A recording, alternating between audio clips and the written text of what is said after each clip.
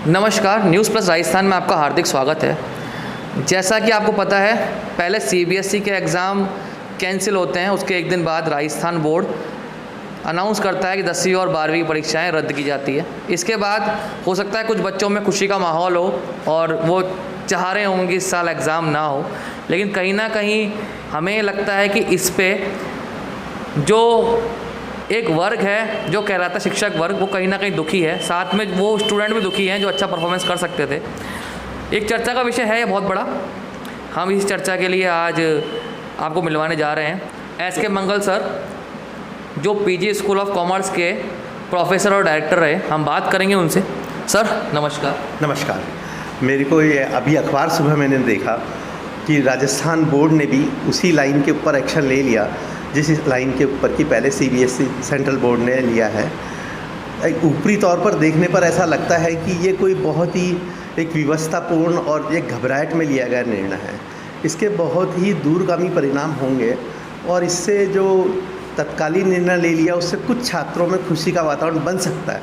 विशेष रूप से जैसे 30% लोग फेल हो जाते हैं, अब उनको अगर ऐसा लगेगा कि हम लोग पास हो जाएंगे तो निसंदेह उनमें खुशी की लहर आएगी।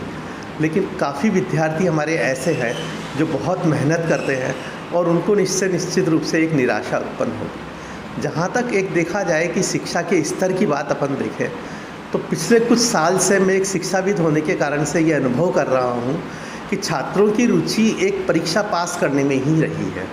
छात्रों का जो शिक्षा देने का जो उद्देश्य है कि वो ज्ञानार्जन करें, उससे उनकी जो लॉजिक है वो इम्प्रूव हो, उससे वो जीवन में सफल हों, उनको लगातार एक जगह बैठने की आदत बने।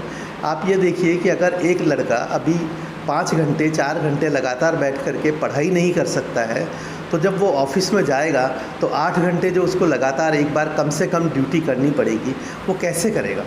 शिक्षा सिखाती है कि कैसे प्रश्नों का हल किया जाए, जीवन की समस्याओं का हल कैसे निकाला जाए। तो बहुत पहले से ही छात्रों में शिक्षा का जो उपयोगिता है वो सिर्फ परीक्षा पास करने तक ही रह गई है। उनका उद्देश्य कहीं पर ज्ञानार्जन करना ही नहीं है। वो पासबुक या छोटी मोटी किताबों से पढ़कर, पर फिर भी परीक्षा होने से एक ये लाभ होता है कि परीक्षा के डर से ही सही कुछ न कुछ ज्ञान उनको मिलता है, कुछ उनको सीखने को मिलता है। परीक्षा का भय ही सही, लेकिन वो उनको पढ़ने के लिए बाध्य करता है। लेकिन अगर यह एक चलता रहा, पिछले साल भी बहुत सारी परीक्षाएं नहीं हुई, तो छात्र ये मान के चलेगा कि क्योंकि कोरोना तो अभी कह नहीं सकते कि भाई 2021 तक ही रहेगा या 2022 में भी जाएगा। ये सिर्फ अटकलबाजी है कि कोरोना कब समाप्त होगा। तो छात्र तो ये मान के चलेगा कि अभी अपने 2 साल 3 साल बल्ले बल्ले हो रही है। इसका जो परिणाम होगा वो एक ऐसा भयावह स्थिति उत्पन्न कर देगा कि छात्र ये कहेगा कि भाई मैं तो पास हूँ, मेरे को सर्विस दो। अब सरकार हो सकता है कि ये जो बिना परीक्षा की डिग्री है उसको मान्यता दे भी दे सेवा के लिए, लेकिन प्राइवेट सेक्टर के अंदर तो आप विवश नहीं कर सकते। अभी की जो खुशी है वो सिर्फ तत्काल की स्थिति को देख करके हो रही है।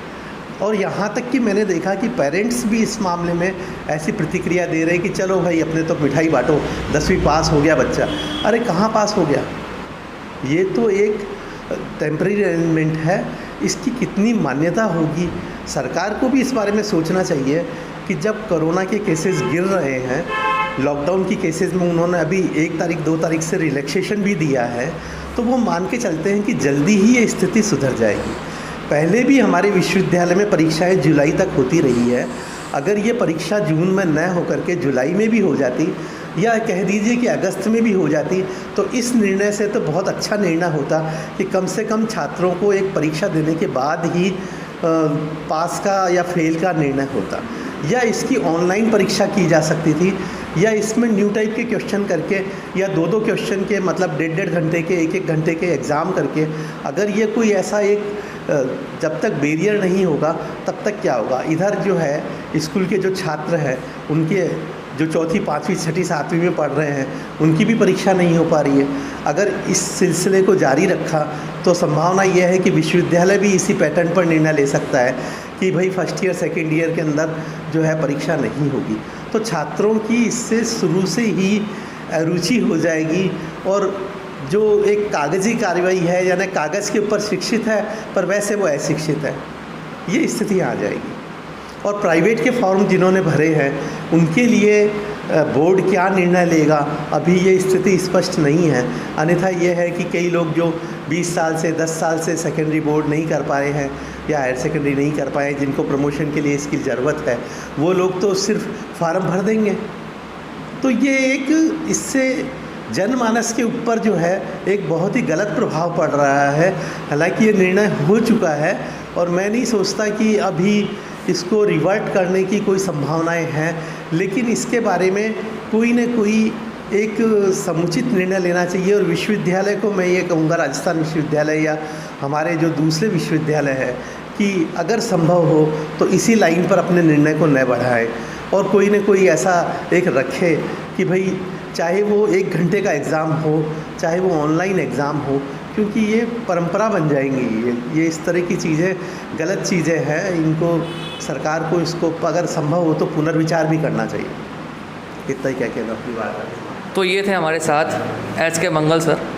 शिक्षाविद होने के नाते उन्होंने चिंता जताई किस प्रकार से शिक्षा का स्तर गिरता जा रहा है, और अगर ऐसे ही परीक्षाएं नहीं हुई, आगे प्रमोट करते रहे तो आप सोच सकते हैं कि कितनी विकराल परिस्थिति आने वाली, क्योंकि बिना पढ़े बिना एग्ज़ाम दिए क्लास को पूरा करना संभव नहीं था। इन्होंने बताया कि अगर संभव हो सके तो जो आगामी निर्णय होने वाले हैं विश्वविद्यालयों के, उसमें ध्यान रखा जाए कि छात्रों के भविष्य से कहीं ना कहीं खिलवाड़ ना हो। संभव हो सके तो आगामी महीनों में थोड़ा टाइम गैप देके भी एग्ज़ाम कराए जा सकते हैं। हम इसी तरह से आपको और भी लोगों से मिलवाते रहेंगे, जन समस्याओं को उठाते रहेंगे। अभी के लिए इतना ही। मैं सुमित दीक्षित, हमेशा कैमरा साथ रहते हैं अंशुम चौबे।